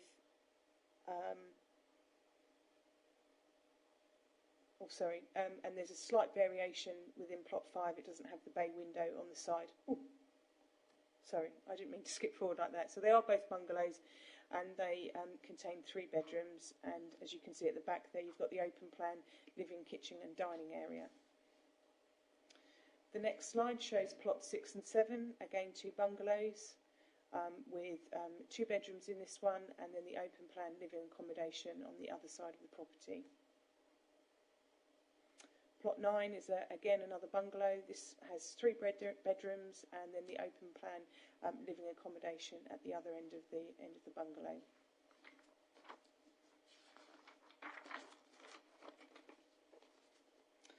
So this site layout plan indicates the building heights. So as I mentioned before, the 4 plots along the top are 2-storey, and they're in the pinky red colour. And then the properties that are highlighted as blue, they're single-storey bungalows. The next slide shows some street scenes through the site. So these are the 4 2-storey properties that run along the top portion of the site, and these are then plots 6 through to 8, which are 3 of the bungalows proposed.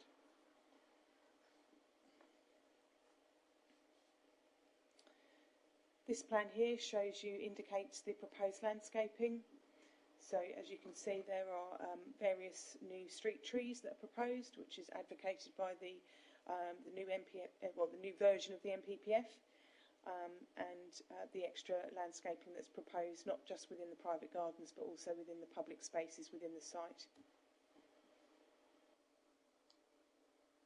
The next few slides show photographs. So these 2 here is the existing vehicular access that runs from Elizabeth Lockhart Way, and you can just make out in this photograph here there's the wooden fencing at the end there and the 5-bar gate, and this is a closer shot of that 5-bar gate. So that's the proposed vehicular entrance for the site.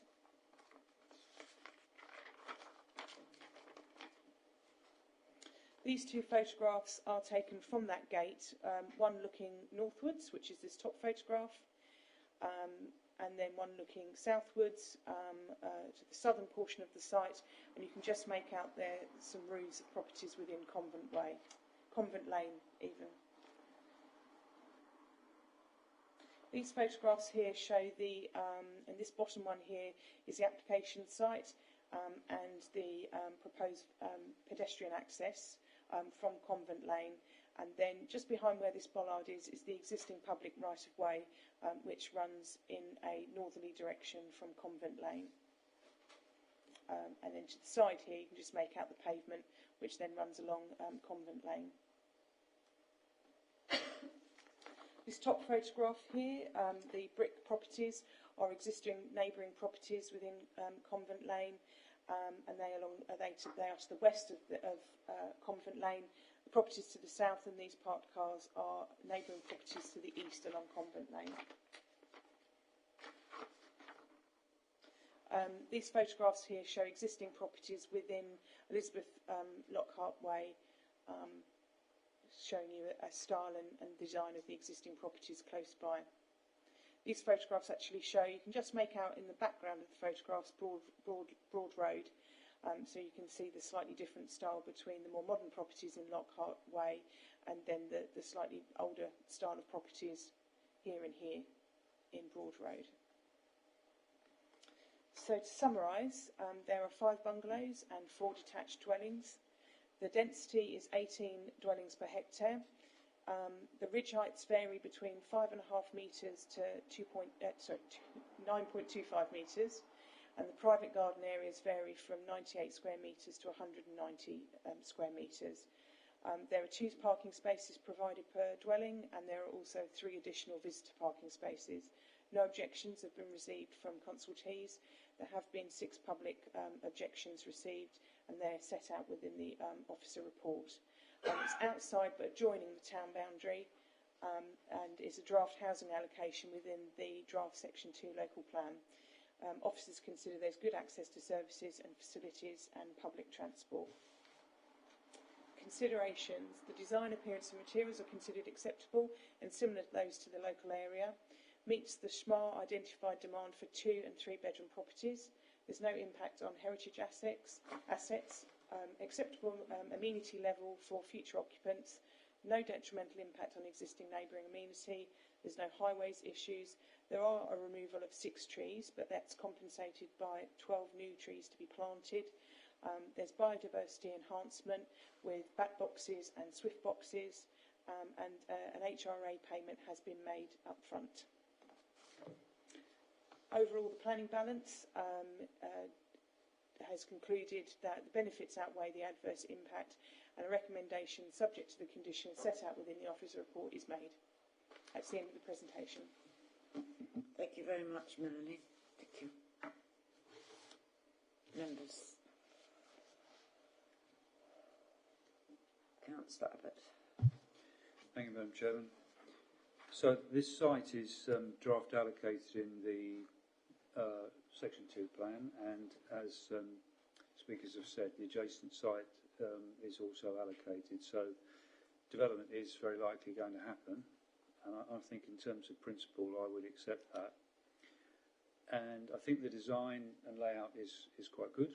It's good to see some bungalows as well, not just the standard 2 or 2.5 storey houses throughout the plot. However, and there is a however, yet again, we appear to be unable as an authority to say to developers, no, you can't take those trees and hedges out, even when they're on the periphery of the site. And this happens time and time and time again. I referred to it last night at full council as well. I would really question whether there is biodiversity net gain on this site. So perhaps the officer can clarify this. It's not clear to me from reading this report in conjunction with what the developers sent us by email what's going to happen. I've got a photograph here. What's going to happen to a hedge that's currently running alongside the public right-of-way? Now, that hedge doesn't need to come out for any access reason. It's not on the road access. Also, the developer says that he's going to cut back that beautiful hedge that runs around 2 sides of the site. I had a look at this both from Google from above and through photographs into the site today. Again, it's on the periphery. Why is that happening? And as the resident quite rightly said during public question time, these hedges are what are really valuable for birds. Yes, there's going to be some street trees, but those sort of ornamental street trees are far less likely to have birds nesting in them than these dense, I believe that's largely native, mature hedges. So, whilst on all other aspects, I would be happy to support this. On that aspect, I'm not, and I just wanted to say again, why is this happening? There's a report out this week which says that the UK is not just one of the most biodiversity impoverished countries in Europe, but in the world. We've lost almost half of our biodiversity in this country. We've got climate change strategies, we've got our local plan policies as they are, and the new ones coming in, which all say we should be doing our absolute utmost to keep trees and hedges. And yet again, we're destroying them on this site if we grant permission as is. So could the officers explain, please, exactly where we are with the trees and hedges? Thank you. Thank you, Councillor. Melanie.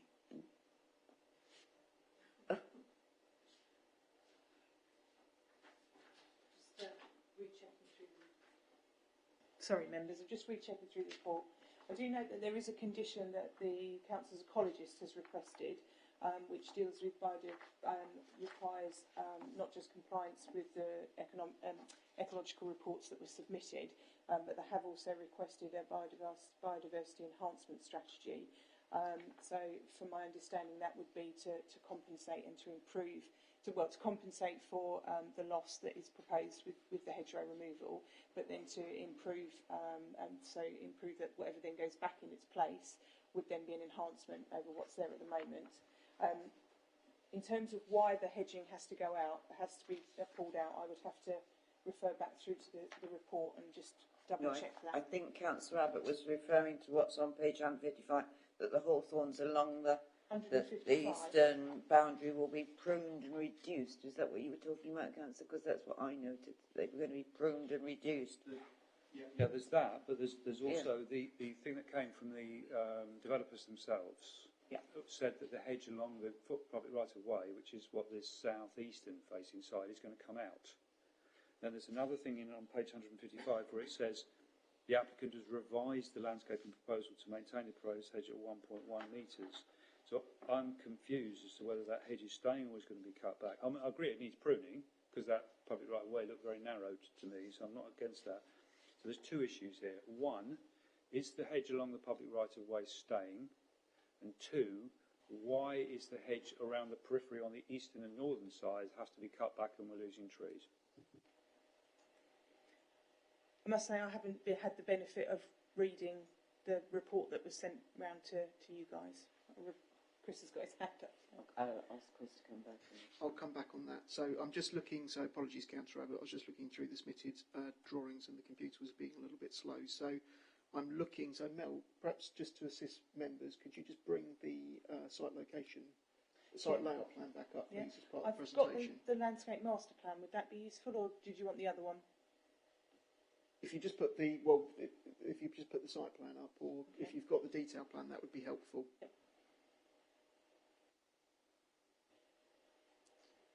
So yeah, the landscape master plan for the site was revised. I think, as I understand it, the issue is, and I think this was raised as part of the County Council's response. Yeah, but just wait for the plan to pop up. Is it that one that you wanted to see? Have you got the landscape master plan in there as well? No, thank you. That's the one we're actually looking at. So let me just check I'm looking at the right plan. Yeah, so Councillor Abbott, you're looking at this bottom corner here with the public right of way. Is that where yeah. So the detailed annotation on that plan is for the retention of that hedgerow, but cutting it back. So it's sort of in a slightly dark green colour that follows up. And I'll just double check the index. So yeah, proposed native species hedgerow of holly to be maintained to 1.1 metre high. So I think originally, I was just starting to look at the arboricultural impact assessment. I think originally on the plans it was indicated to be removed, but as part of the discussions, rather than removal, it would switch to maintenance, effectively being retained and maintained. Okay, what about the hedge round the northern and eastern side, which on the material the developer sent us said it was to be cut back hard?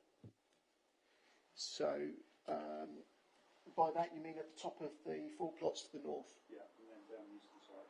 Along this side? North and east side. This side, sorry. North and east. North and east, yeah, sorry. Okay, I'll just double check that. So I think the issue there is more about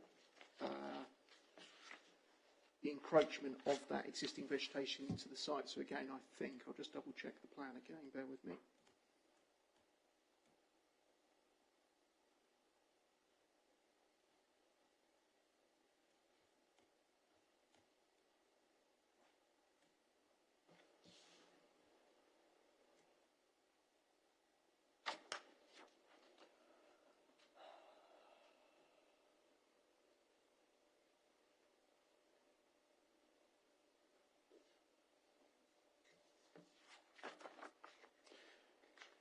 Councillor Abbott, perhaps if you can just bear with us, I'm going to need Mel to cross-check that plan or another officer, just purely because I think I've mentioned this before, I am actually colourblind, so when there are different shades of particular, I don't want to give members the wrong answer, so if I could ask maybe for Mel's assistance to look at that plan, and if we could come back with the answer. Are you okay if I stop sharing? Because if I do that, then I need to use my screen, so I'm going to remove that and have a quick look if that's okay.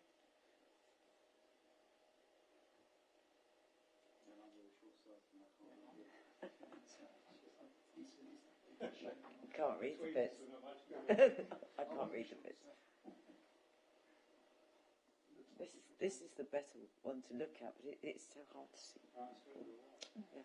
Colour-wise, it's most. I know it's out of focus, but it's got more colour on it. Yeah. I've been chairing this committee for over 12 years. I keep being told, yes, we get better screens, I think.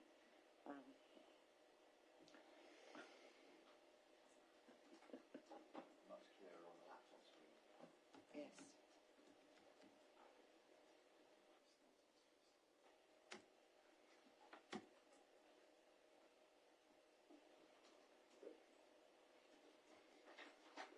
Which drawing did you want me to open, Chris? Sorry. If you look on the revised landscape master plan, no. Right.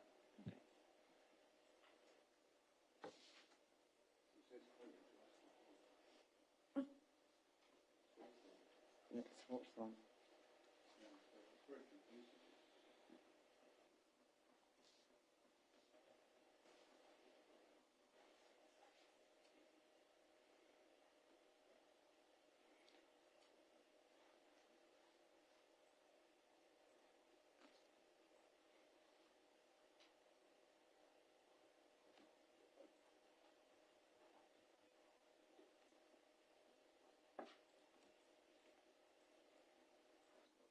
Sorry. It's taking a while to load. I think there's a lot of information there. Right, bear with.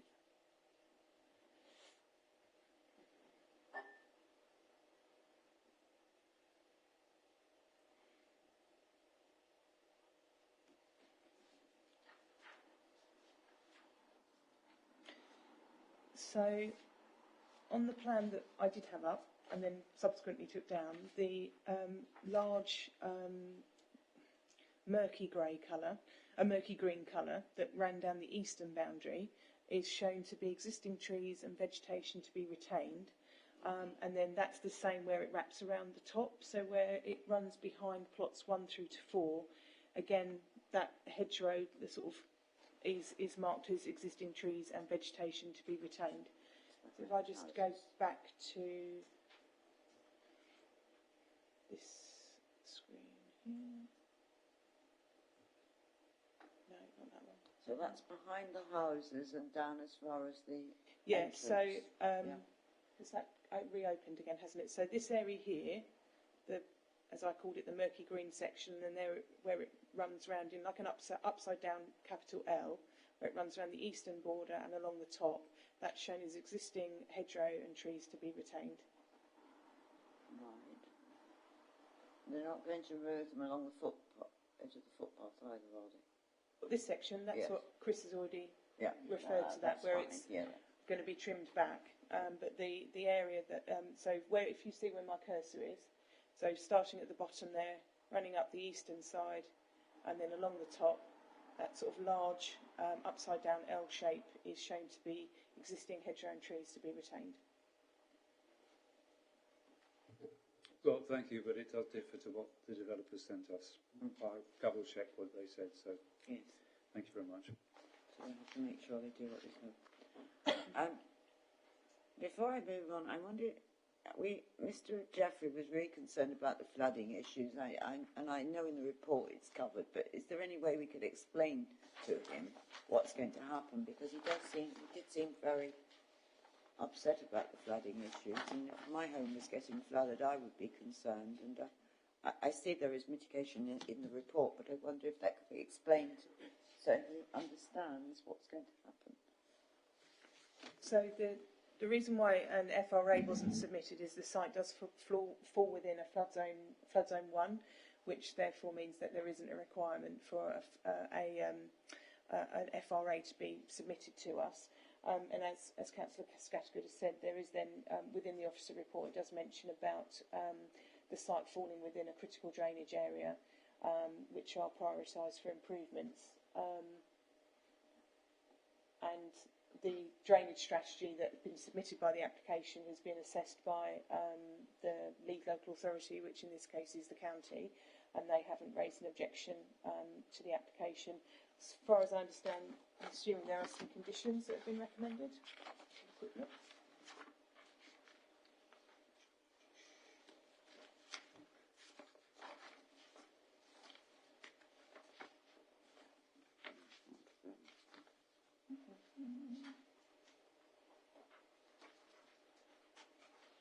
So normally what happens with the lead local authority is that they would then recommend a number of planning conditions. They don't seem to have done in this case, not that I can find. Just have a quick double check. Oh, no. I just lied to you all, I'm terribly sorry. If we turn to page 166, and it's condition 12, which requires the measures set out within that drainage strategy to be implemented in full. So as the lead local authority haven't raised an objection, it would be very difficult for us as a local authority to go against that and to raise an objection, as they are the experts in this area. Okay, thank you. Sorry, you can't interrupt at this stage. Councillor Mrs Spray, you indicated you wish to speak after Councillor Abbott. Sorry. Yes, that's okay. Thank you, Chairman. So, overall, I think this is a very acceptable scheme. I actually also had an email this afternoon from Councillor Mann, who unfortunately is unable to be here this evening, and he raised a couple of positive points about this, and also one concern, and I share all of those points. So the good things are, yes, it's an allocated site, and as Councillor Mann said in his email to me, it's to be commended for its market housing mix, and I would agree with that. I think it's really good to see 5 bungalows, and it's something that, you know, we say we'd like to see more bungalows on the scheme, so this is good. I like the design and the layout, that's all fine. The concern that I have, which Councillor Mann shares, is around the access and parking, and I say this knowing that Highways have not raised any objections. I was out and about today, so I actually drove into Elizabeth Lockhart Way. There were this afternoon a lot of cars parked on either side, and most of them sort of halfway up on the pavement to allow space to drive through. I mean, I've got a fairly small car, and I got through, but fairly slowly, I have to say, and there were a lot there. If that is a typical day, I worry about construction traffic, and I know that there's a construction management plan has been asked for, and I'd also worry about emergency vehicles and refuse vehicles. I mean, this afternoon, and it was an early-ish afternoon, an emergency vehicle would not have got through, well, not unless they shoved the other cars out of the way, which they would literally have to have done. And I can't see how construction traffic is going to get through. I think it's a real worry. I don't know if the office feels if there's anything that can be done. I'd be surprised if Highways actually went out and did an actual site visit. It's everything about the scheme, the proposal I like, but that is a worry. And I know that Councillor Mann said that he's had quite a lot of phone calls and emails from residents equally concerned about it. And I'm just not sure how that's going to work. I have one other question for Mel, please. Mr. Jeffrey also mentioned how close one of the nearest house is going to be to him, which I think is number 8. Is it possible just to have a look and see, have we got just how close it is? I won't be able to measure from these plans, but I don't really know where Mr. Jeffrey lives, but I can point out where plot 8 is on here. Actually, probably, let me go to one of the other drawings. He's at number 8, and I don't know whether that... He lives at number 8. He lives at number 8. Plot 8, did he? So plot 8 is this property down here, which is the bungalow. Okay. So I'm assuming if that's 12, 10... So is that your property, Mr. Jeffrey? Number 8 is, yeah. Where the bay window faces onto my house, yeah. I'm at number 8. There's 2... So these two here. Okay. So this is... Sorry, my mouse is going. So this is a bungalow. Number 8. Yeah. So this is a bungalow. If you bear with me, we can look at the elevations. I am assuming that it meets the standards for distances between properties. Otherwise, you yeah. I mean, the distance that a lot of people will recognise is the 25 metre back-to-back distance, but that's for 2-storey properties. This plot 8 is a bungalow. If you bear with me, I'll just get the elevations up for that property. This would be the elevation that would overlook the sort of the driveway that runs around, and then overlook the front elevation of Mr. Jeffrey's property. So there is a bay window for the master bedroom, and then there is a kitchen window and a living room window. I think from memory the distance would need to be 16 metres. Now I can't measure off of these. That's within that. Within that distance. I'm sorry, Mr. Jeffrey. I can't. You must be quiet. I'm sorry. You can't. I'm just pointing out. I know, but you're not allowed to. I'm sorry. I'm very, very sorry. You can't. Right. At this stage. So anyway, well, just to put it into context, so where that small bay window is, that's the master bedroom, and then there would be two further windows, one serving a kitchen and one serving a living area. But it is a bungalow, and number 8 in Elizabeth Lockhart Way is a 2-storey property. Okay. Right, and obviously it meets the more than meets the standard, or it meets the standard distance. I'm assuming. As far as I'm aware, yes. And you also then have public space in between in terms of the roadway. You've got the grass verges, fairly wide grass verges there. Okay. You've also then got the walkway that runs in front of the properties. You've then got the small area of front garden for number 8 as well. That's fine. Thanks. Thank you very much, Mel. I just wanted to check that. Okay. So. And I'm not sure I have an answer about your question to do with the construction vehicles and emergency vehicles, because it's an existing situation within Elizabeth Lockhart Way, and I'm not sure how much weight we can give an existing situation and whether that would then prejudice another site coming forward. I don't know if Chris has got any further wisdom on that front. Councillor Mann said he realises it's not something the developer is responsible for or can do anything. It's just a concern about traffic getting through. They'll be very concerned if they can't get onto site. Well, yeah.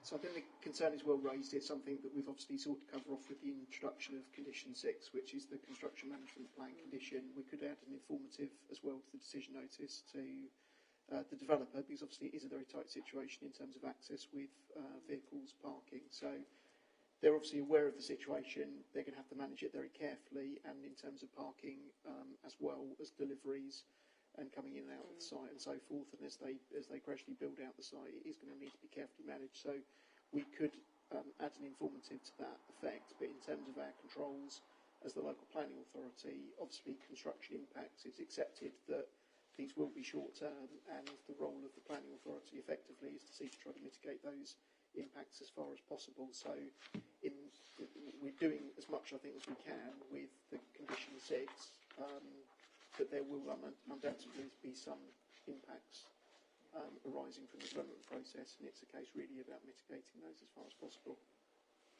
Yes, but that doesn't answer the query about emergency vehicles or our waste vehicles, because we won't have a management plan.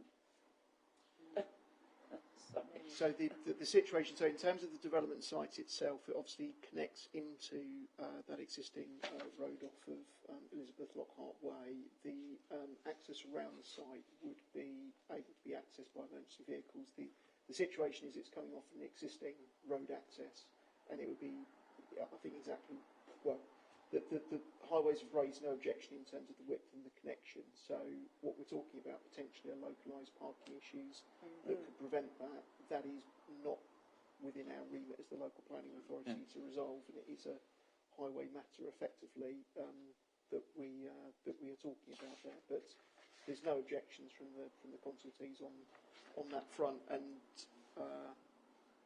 so I think with the construction management plan, that's effectively all we're able to do for the construction, and then we're satisfied in terms of the built relationship, in terms of the road and the access into the site from the existing access. Okay. Thank you, Chris. Thank you. I understand we are, at the mercy of highways, really, and let's just hope today wasn't a typical day. But I did say to Councillor Mann that I would raise it, which I've done. Okay, thank you, Madam Chairman. On the basis of all of that, and that I do think this overall is a good scheme, I'm happy to move officer's recommendation for approval. Thank you, Councillor. Mrs. Spray, does that find a seconder? It does, Councillor Ritchie. Did you wish to speak, Councillor Ritchie? Just very briefly, Madam Chairman, just to reiterate some of the points that have been made by some of my colleagues here tonight. I think it's actually quite a modest use of the piece of land that is going to occupy the units. They could have probably gone for a few more, on there if they wanted to have overdeveloped it. But I think it's quite modest compared to the adjacent properties. And again, bungalows, we do like a bungalow here in this committee, and I think especially on the outskirts of where it's going to be situated, I think it'll be quite an attractive proposition for people who want to dwell in a house of that size. Nothing further to add. Thank you, Madam Chairman. Thank you, Councillor. Councillor Abbott, I was let Chris come in, indicate you want to say something, and I'll come to you. Apologies, I should have said this when I was speaking before, so thank you, Madam Chairman, for letting me come back. We've just noticed the reference on on page 163 of the recommendation, the plan reference for the landscape master plan that we've been referring to. I think it's the old reference, the actual drawing number needs to be updated, so it's the right revision number in G, but the actual, the reference number is either incorrect or it doesn't reflect the latest version, so I'd recommend that that's updated on the decision notice. That's the landscape master plan. The landscape master plan. Okay. Thank you, Madam Chairman. Thank you. Councillor Abbott. Yeah, thank you for that. Apologies if I missed this when reading the report earlier today. Is that road going to remain private or is it going to be adopted? And how do we stand as regards, therefore, lighting, street lighting and the ability to protect what could be an ecological corridor along the northern and eastern hedges from being lit? Do we need a lighting condition?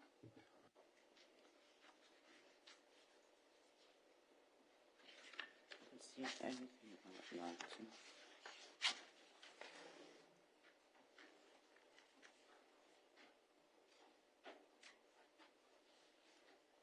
We can certainly add a lighting condition if you'd be minded to. I'm not aware whether or not the access road is being put forward for adoption or not. I mean, that ultimately is a matter for the developer. It's not something we can require them to do. But if you felt strongly that if members wanted a lighting condition, we could certainly add that as a condition to any decision. Councillor Mrs. Spray, you moved. Are you content to have a lighting condition? Yes. You are, and an update on the master plan.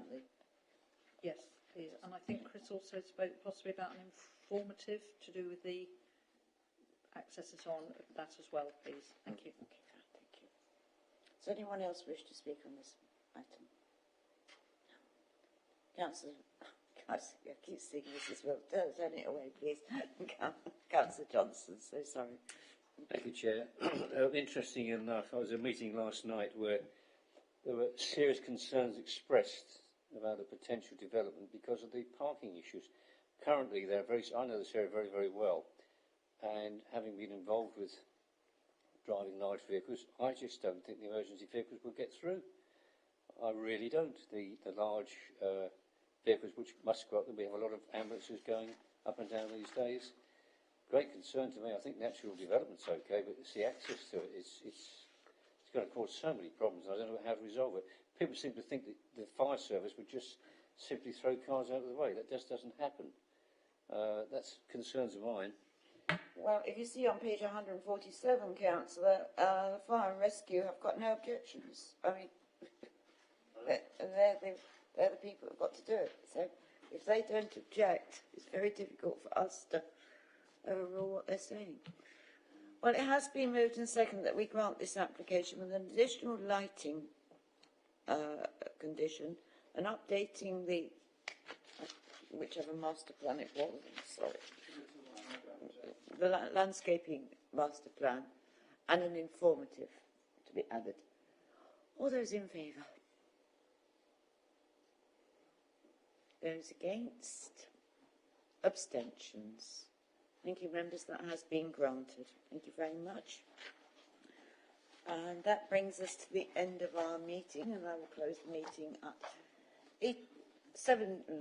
18 minutes past 9. And thank you very much indeed. Thank you.